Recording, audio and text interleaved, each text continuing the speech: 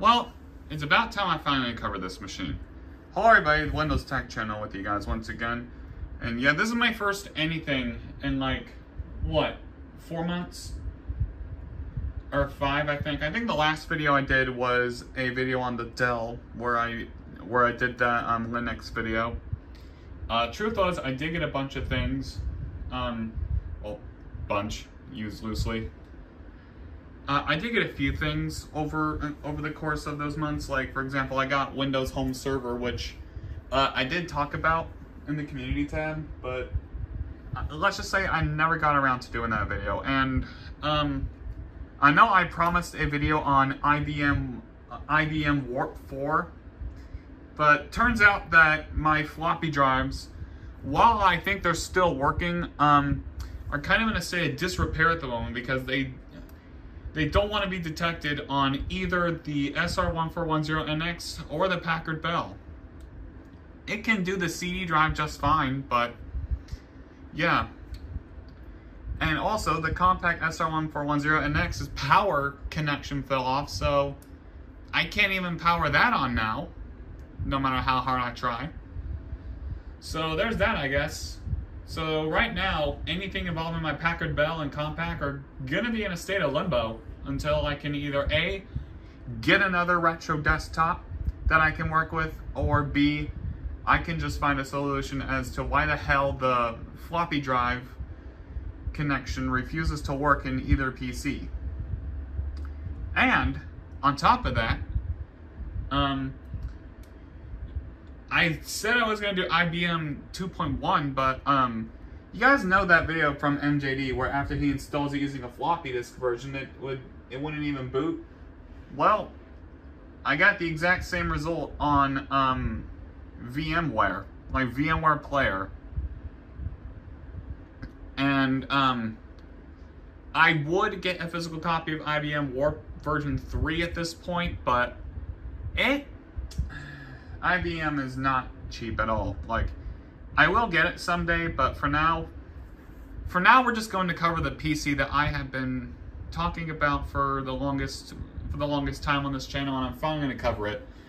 This is my HP Pavillion 23 PC. This is an all-in-one PC from 2012, I believe. And this is actually a computer I got for Christmas one year. And when I did, it came with Windows 10 installed. And believe it or not, this is the very first PC I ran the leaked build of Windows 11 on. And oh my god, if that wasn't the slowest thing I ever ran on this PC, I don't know what is. But the thing is, this did not come pre-installed with Windows 10. And I think it was nearly after a year of me owning this computer, I got the recovery medium for it. And this is the very first thing I bought off of Computer Surgeons. A 32 gig flash drive with the contents of this PC's recovery medium on it. So, I'm gonna go ahead and plug it into the side. Well, once I get it focused in, that is. I'm not really going to take you through the specs of this PC because there's just too much to cover, okay? So,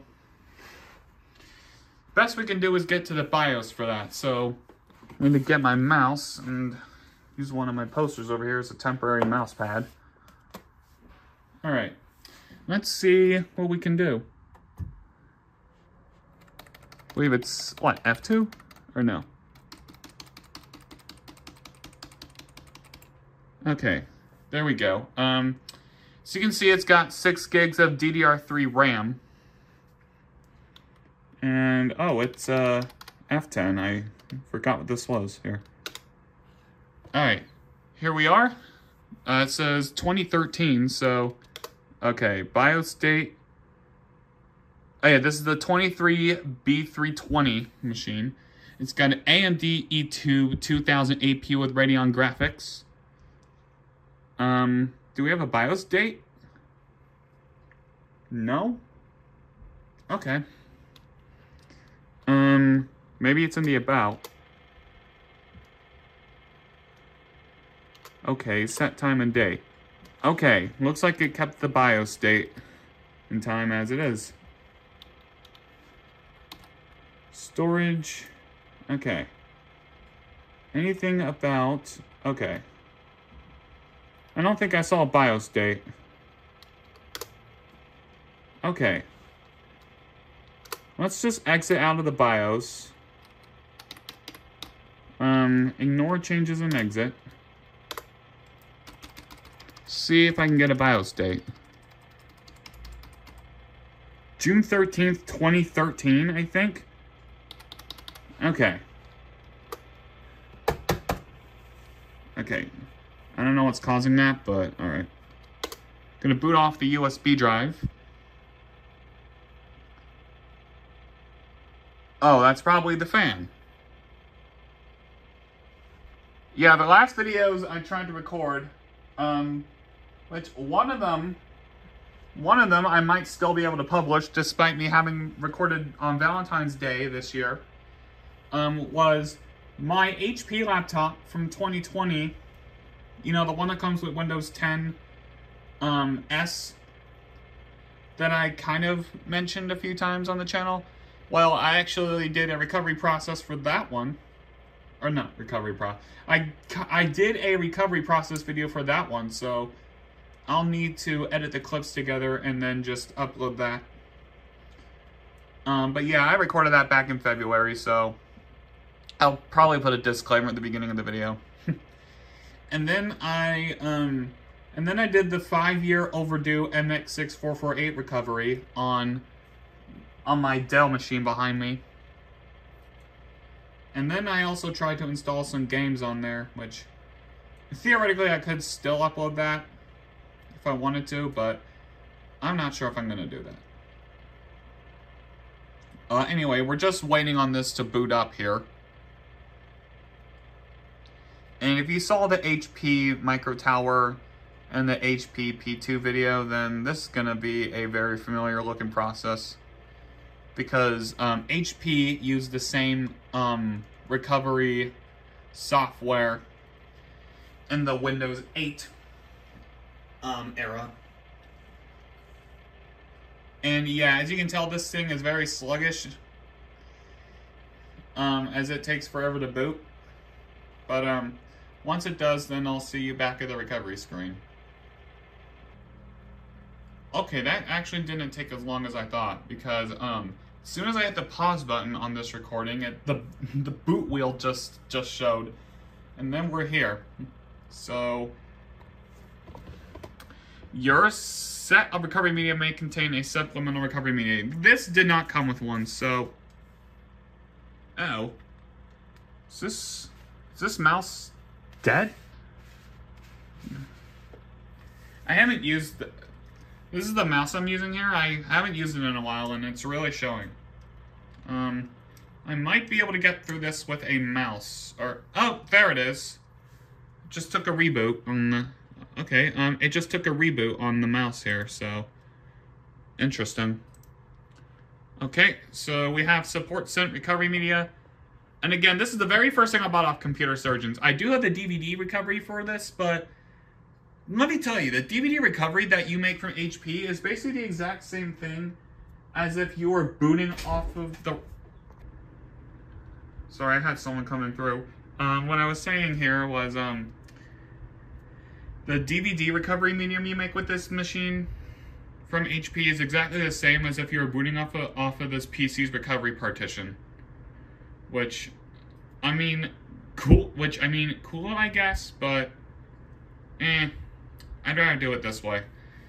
So, we only get one option here, factory reset. And would you like to restore your system to the factory settings? Duh. Alright. All devices should be disconnected from the PC. Well, no shit, Sherlock. We only have the mouse and PC. Or, mouse and PC. Mouse and keyboard. Okay? So, here's one reason I am not going to time-lapse this here thing, and you'll see why in a moment. So we got reinstalling original software. Now the funny thing is that this PC takes laptop RAM, but it still takes a regular hard drive. And I believe this is where I put the NetTac SSD, because I have been like I've been trying to track down that SSD, like, for ages now. Because that is just one SSD that I like to use in these PCs. And I don't think it's in my PS3 because I did put an SSD in there. I think I remember putting a SanDisk SSD in there, if you remember that video.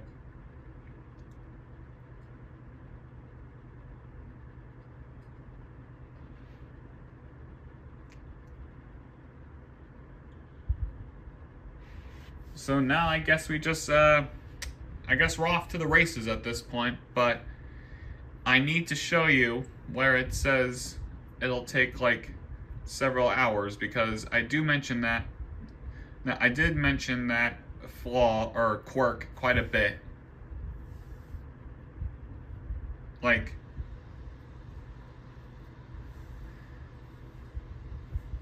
it's kind of annoying with how slow this is. So, yep. Okay, so this is how you know, like, your computer is really, really, really sluggish and slow. 5% done in recovery, and we still don't have a estimated time remaining for, like, how long this is going to take to finish up the recovery process. So, yeah, that's really great. But yeah, like I said, the recovery thing, like, said hours at best at one point. I believe it said like 100 hours on one of the more recent attempts I tried to do with this thing. But just an interesting tidbit there. I will come back once it actually does say something, so that way y'all can actually see what I'm talking about. Okay, now I can finally show you what I was talking about. See the estimated time remaining? Yeah, 130 minutes. So that's literally 2 hours and 10 minutes of waiting around for something to happen. So, with this being the case, I am hella not time-lapsing this at all, and I will come back the next morning. Okay, it's now 7:30 the next day. And we're back here at the file copy is complete screen. And I'm willing to bet that it actually did take, as it said, like the whole 2 hours and 10 minutes or something like that, just to even get here. So, I'm gonna go ahead and remove the recovery USB.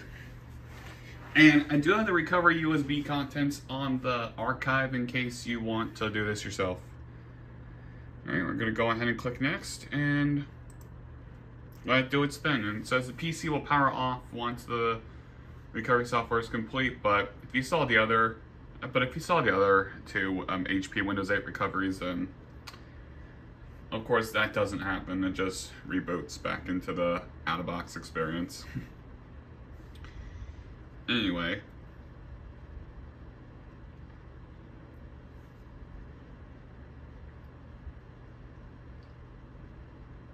There we go. And it boots into this screen here. Now, I said it's the same process, but I have not seen this screen before. I have not seen this screen on the other two HP PCs that we did with Windows 8. And please wait while HP software installation is initialized. Yeah, so this, I'm guessing this probably must have been one of the first Windows 8 PCs to come out, or something to that effect, because I'd like to guess that this HP screen is from Windows 7 or something, like Windows 7 SP1, because you had some Windows 7 PCs that, well, you did have some Windows 7 PCs, like for example the HP Slimline, that utilized the same process as did my SR1410NX and SR5413WM. System cannot find. Okay. Yeah, this PC is very slow, by the way. As I said, so do expect this to take a while. I really need to have a look inside this PC and like see what the heck is up, like what's making it slow and whatnot. But anyways, yes, we're at this familiar looking screen of software is being installed. So, that being said, I'm just going to leave it here until it reboots again, or if it goes to the desktop. Okay, quick update. I got caught up in other stuff and completely missed this, but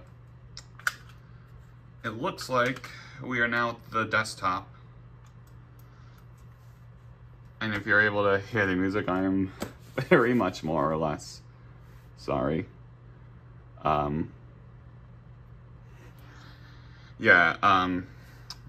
We're still going along with this HP software installation thing. It's basically about halfway done, and I think it's been about an hour and a half.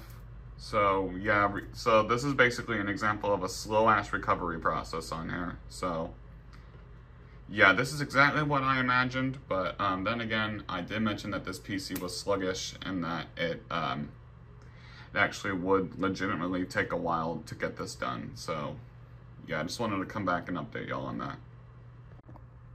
All right, so I finally caught this one here, okay? And it looks like it's doing the exact same thing as it would before. It's just logging into the administrator account that I guess it like auto creates or something. I still don't know if it like auto creates the admin account. But yeah, here we are on that. And as you'll soon see, it will log back into the desktop. And it will go back to the HP file-based installer. Yep, there it is.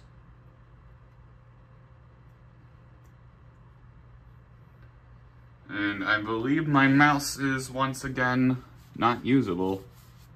I mean, I guess it makes sense because I don't think they would ever want you to use the mouse like while you're in this here.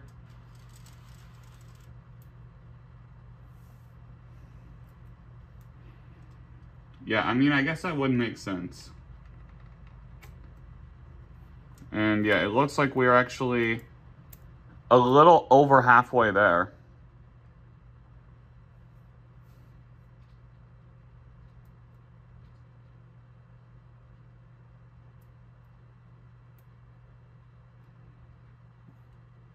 So,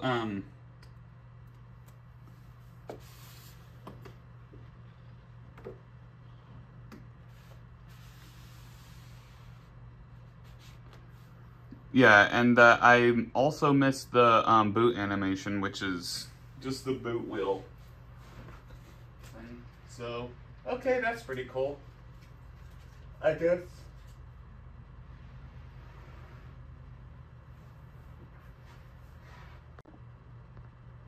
Okay, so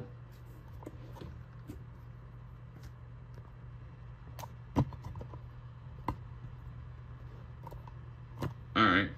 Okay, looks like the mouse is still functional after all. Alright.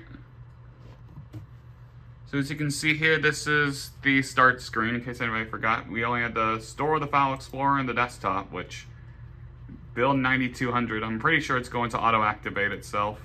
We already have on the desktop HP Connected Music, SmartFriend, and Norton Internet Security, and it looks like it's doing sysprep here.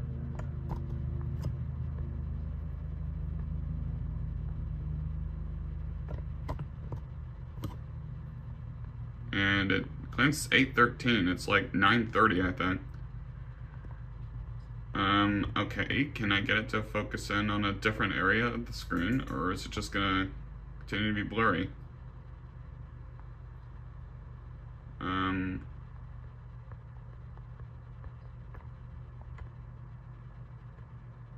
Can't even get it to focus in on sysprep. Okay, well, Really don't like this thing sometimes. And I do plan to do a recovery video for the for another ThinkPad I have. It's just a Windows 10 one. I think it's like a T530 or something, or no, I forget the model number, but I do have quite a few Lenovo devices thanks to my X workplace. And we actually took a look at a few of them. I know we did the M92P, we did the M93P. When I started this channel, I had the T43, which was a Windows XP machine, but yeah, I no longer have that machine, and it's fine anyway, because that was a flawed machine. Like,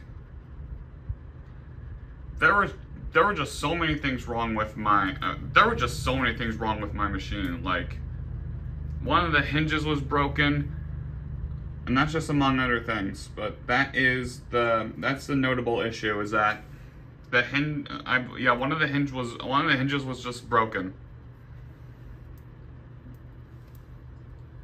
And if I do get that, then I will make a higher quality version of the recovery process, because my first version of that, like, oh boy.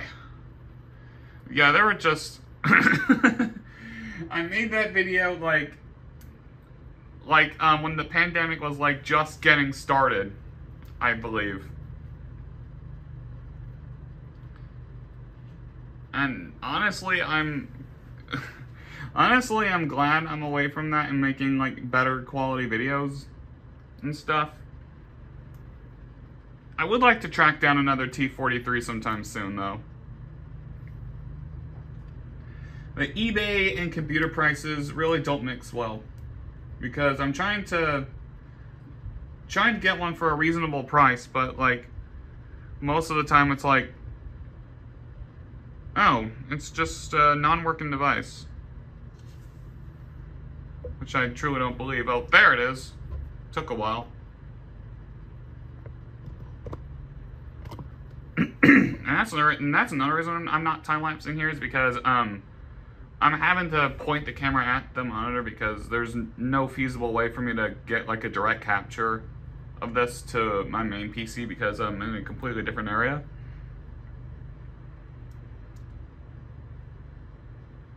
Not to mention, it's on a shelf, so this is literally the only area I can even, yeah, this is literally the only part I can't even put it on. Okay, it looks like we're booting back into the file-based installer, part of the partition, to finish some stuff up. Yeah, I definitely missed a few reboots, because I was working on other things in my office area. Please wait while HP software installation is initialized.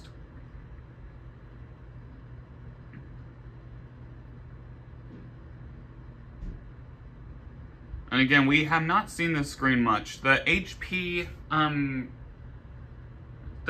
Tower, Micro Tower Pro machine and the HP P2 machine had like a different wallpaper. I think it was one of HP's defaults at the time, or just something to that effect. All right, we have a command prompt pulling up here, and it just disappeared. Oh, and it looks like the progress bar is all the way at the end. So I believe on next reboot we'll be at the out-of-box experience. It's said that the thing will power off once it's done, but I have not had that happen on this one. No. I've not had that happen on Windows 8 PCs. I had it happen on definitely the SR5413WM and the HP Slimline machine. I forgot the model number of that. And yes, I am still gonna cover the eMachines recovery process video. I do have those recovery discs still, by the way. I believe I made them from the recovery. I believe I made them from the recovery manager thing,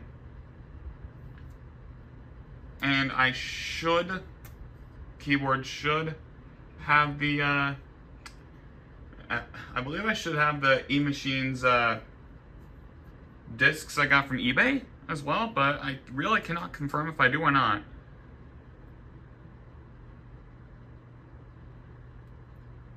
And that's probably going to be the next one I do. Alright, so it's just going to continue to be like this for, I don't know how long, because from prior experience, it's just going to sit on the screen for a little bit longer, and then it reboots, I believe, to the out-of-box experience.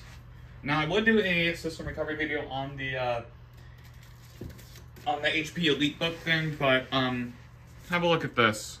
I don't know if I told you all before, but it's the world's lamest recovery ever. It's got operating system CD and the application driver recovery DVD, which I guess you could just install XP on one machine or something close to it and then just run this, but Wait. Does this predate Service Pack 3? Oh yeah, it's Service Pack 2 for that thing. Yeah, and the 6930p is pretty interesting since there was a bunch of new old stock for that. There is a new old stock Fujitsu PC lurking around on eBay, which, believe me, I would like to get, but it's like $250, so that's not going to be a feasible option until I get until, you know, a later date. But believe me, that is one I would like to get. I believe my last truly expensive purchase like that would have been the Samsung machine.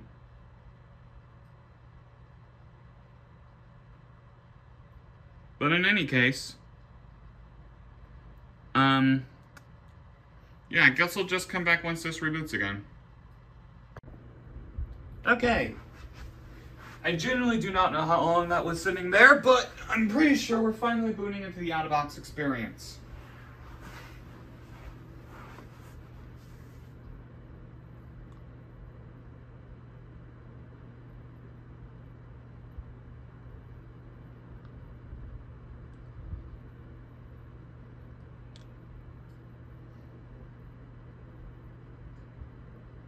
Okay, since we're back at the boot wheel here.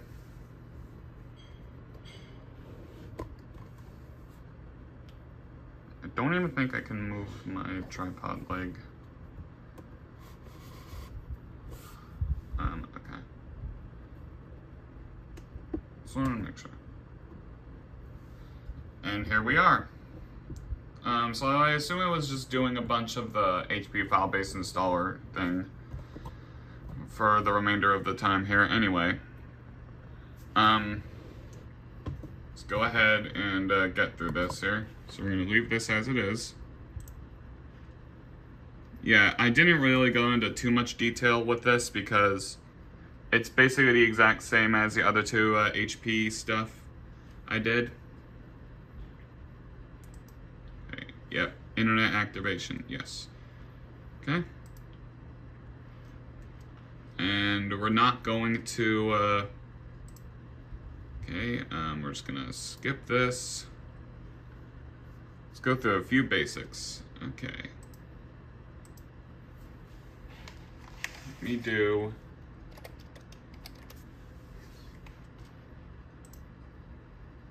and I need to connect to my wireless real quick. Alright. So we have the express settings here.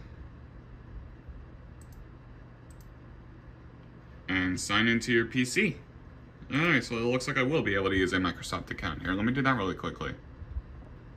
Alright, never mind. Something happened to me. Couldn't set up your Microsoft account. So, let me do that. We're not going to bother with a password, and we're going to finalize our settings.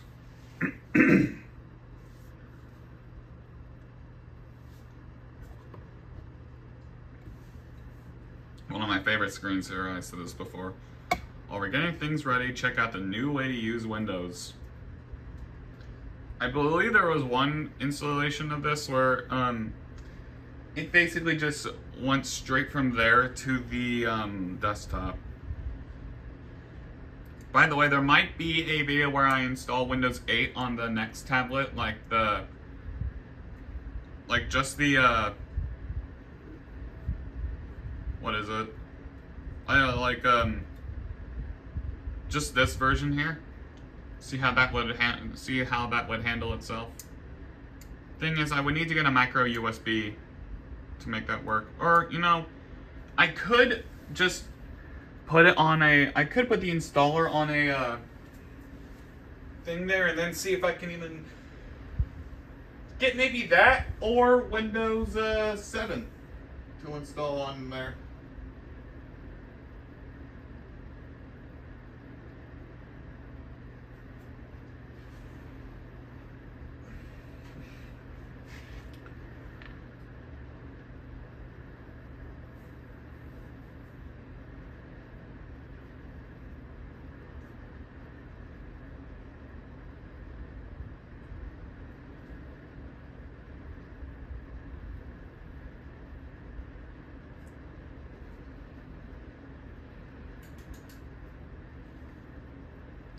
Just going through the colorful screens here.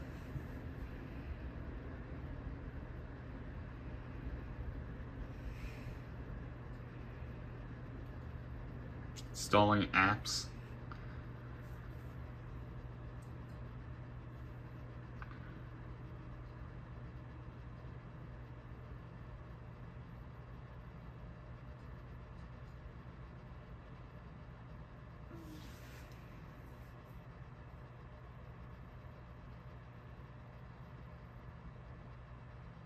Let's start.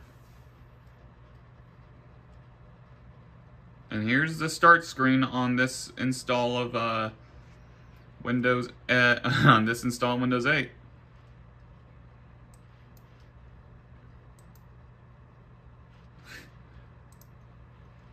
So let's see if we can. Here's the apps menu here. So it looks like it installs Cyberlink, the DTS audio control panel, Snapfish, of course Norton Internet Security. Oh, nice, this thing has 7-zip installed by default. You have label print, power to go, click start. You have the recovery manager, the recovery media creation. It is eBay installed by default, which I believe that's their current logo too. And Cyberlink UCam. I forgot to mention that this thing actually does have a webcam on here. Pretty cool. Let's go to the desktop real quick. And yep, so we have Snapfish on here. Now, question, do we have... Oh, first of all, I need to... I don't even hear the speakers, hold on.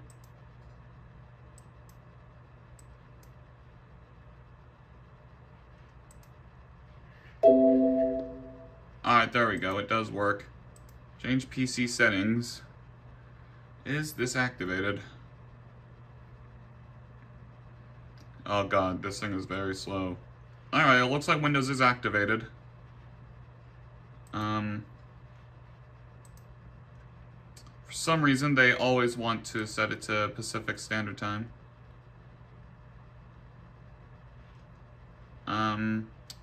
Windows Update. I believe if you try to use this now, it will tell you to update to Windows 8.1 or Windows 10. From my experience, this PC would normally be incompatible with Windows 11. Yeah, but it looks like Windows is activated, so not much to worry about there. File Explorer. Okay, it looks like I popped in a 500 gig hard drive in here. And then there's the recovery image, which I believe is like 12 gigs or something.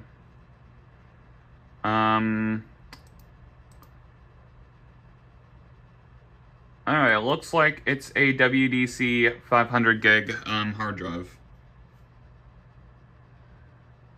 So yeah, WDC, that's probably a Western Digital drive. But let's go into Device Manager to see what else we have. And you saw some of this in the BIOS, so. Alright. Looks like we have Realtek high definition audio on here, as is standard with any of as is standard with any PC here. And we also got 1020. No, it's 10 whatever. Drivers from 2012 right there. Speakers, I'm gonna guess, is also a 2012 driver, or is it a 2006 driver, as a bunch of these have for some goddamn reason, I don't know. Okay.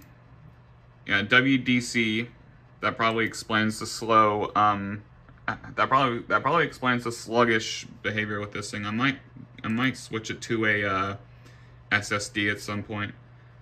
AMD Radeon HD 7340 graphics. And HP DVD RAM. This thing actually utilizes a laptop. As with most all-in-one PCs, this utilizes a laptop optical drive. Human interface devices. There are several USB ports on this thing. Standard SATA thing. Imaging devices. We have a 1 megapixel webcam. Keyboards, yeah, we just have the Amazon Basics one plugged up. We have a Realtek PCIe card reader, so that's for SD cards and such. We have the Logitech mouse plugged up right now. Generic plug-and-play monitor, I don't know. No. Looks like we have the kernel debug network adapter, the Athros Wi-Fi adapter, which I assume it's utilizing that one, and then the Realtek PCIe family controller.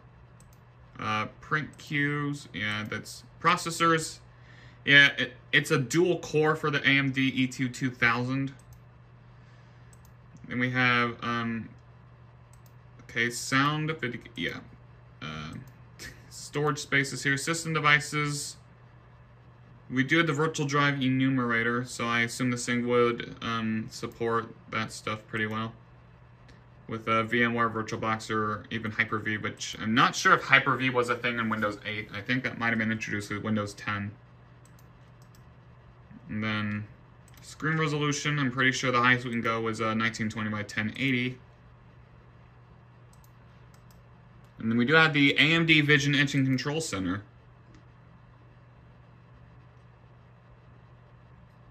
I barely have anything with NVIDIA, so...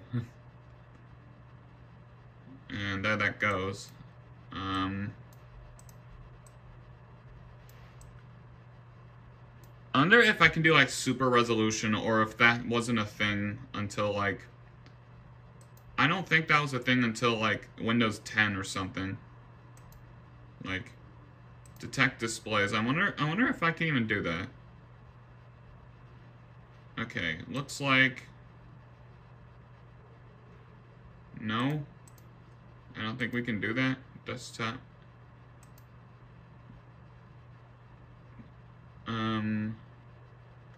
Okay, looks like I'm not able to do that. Alright, cool. I thought we could. Personalize.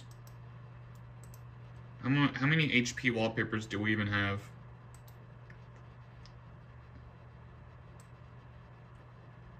These ones here.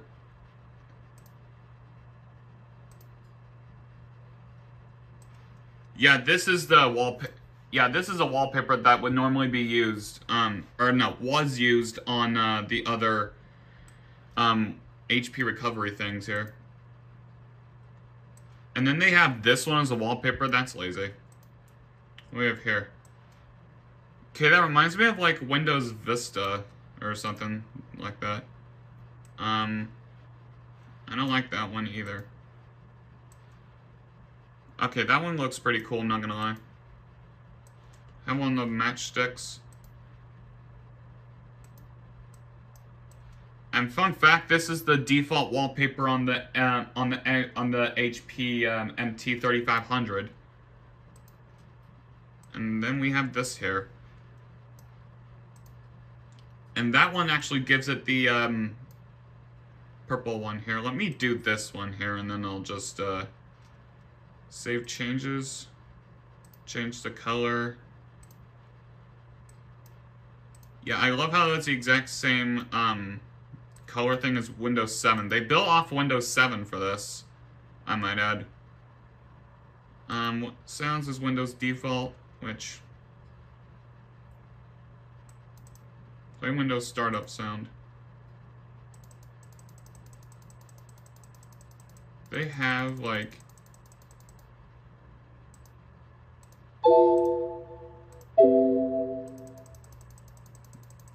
cool and all.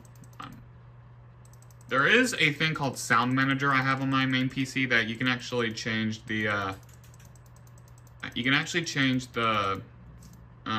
sound scheme it uses. I currently have that on the Windows 7 Cityscape sound scheme because Cityscape is literally the best Windows 7 theme in my opinion. Yeah, like Windows 8, I like this. They just use like they use a bunch of the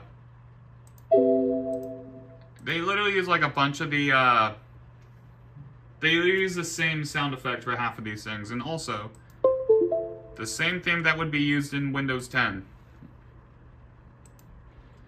But anyway, I can go into system here, and here we are. It's 1.75. Oh wait, let's do the before I end this off, let's do the Windows Experience Index test.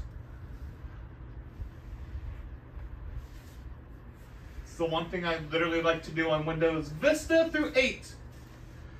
You can still do it in Windows 10 and 11, but I believe you have to do it through PowerShell.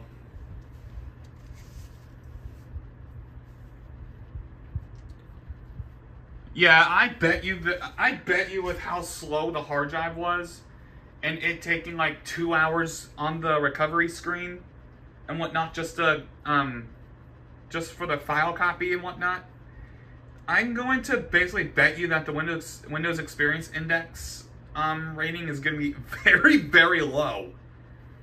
If you don't know how this works, it basically takes the lowest grade from all of this, the processor, the RAM, the graphics, gaming graphics, and the primary hard disk, and that's your Windows Experience Index.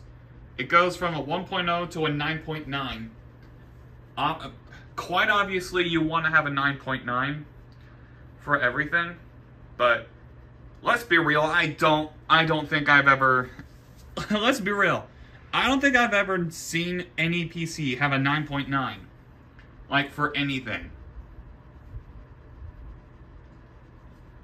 I even forget what my best one was. I think I have other videos of me running the Experience Index. Tuning Windows Media Decoding. Okay, yeah, it's doing a few tests here.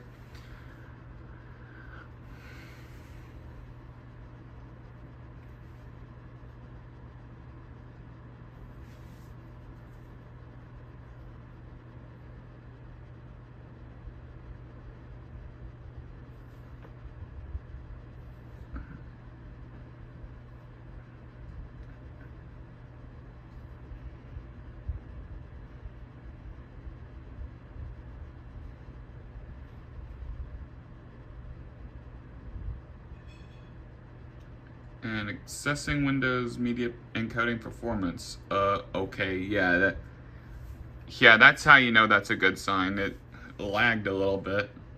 CPU performance.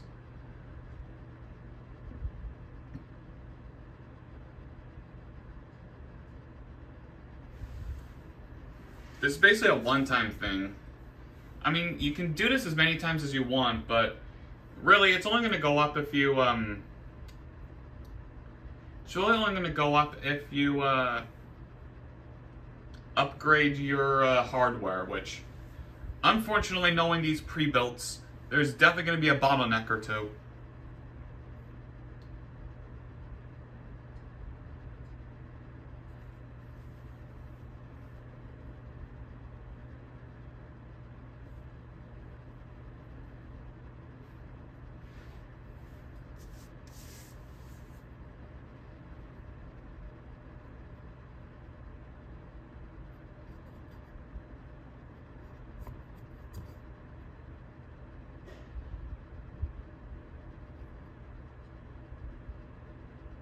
And it's almost done. Memory performance, disk performance.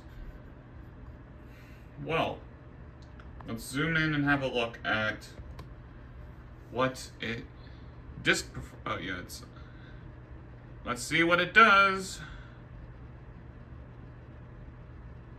And it also says the screen might flash during the rating, but I haven't had that happen yet. It's a 3.9. Okay, that actually is better than what I thought it was gonna be.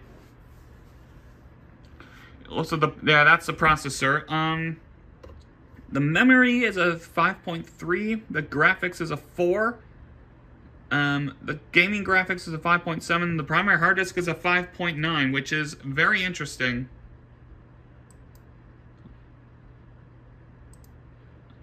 All right.